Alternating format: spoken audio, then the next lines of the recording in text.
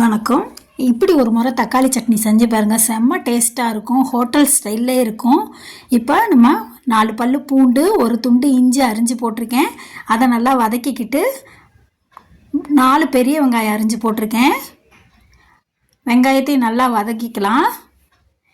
வெங்காயம் நல்லா வதங்கினதுக்கப்புறம் 2 தக்காளி அரிஞ்சு வச்சுருக்கேன், அதை சேர்த்துக்கலாம்.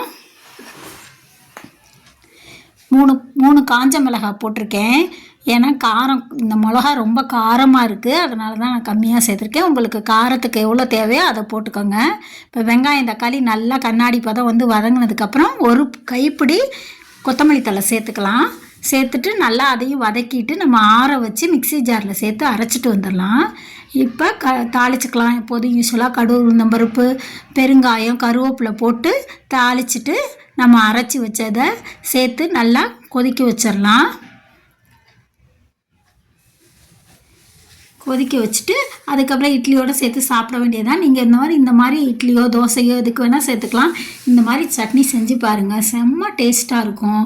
சூப்பரான சட்னி. நீங்களும் இந்த மாதிரி செஞ்சு சாப்பிட்டு பாருங்கள். தேங்க்ஸ் ஃபார் வாட்சிங். எங்கள் சேனல் பிடிச்சிருந்தா லைக் பண்ணுங்கள், ஷேர் பண்ணுங்கள், சப்ஸ்கிரைப் பண்ணுங்கள். சட்னியை செஞ்சு பார்த்துட்டு பிடிச்சிருந்தா எனக்கு சப்ஸ்கிரைப் பண்ணுங்கள்.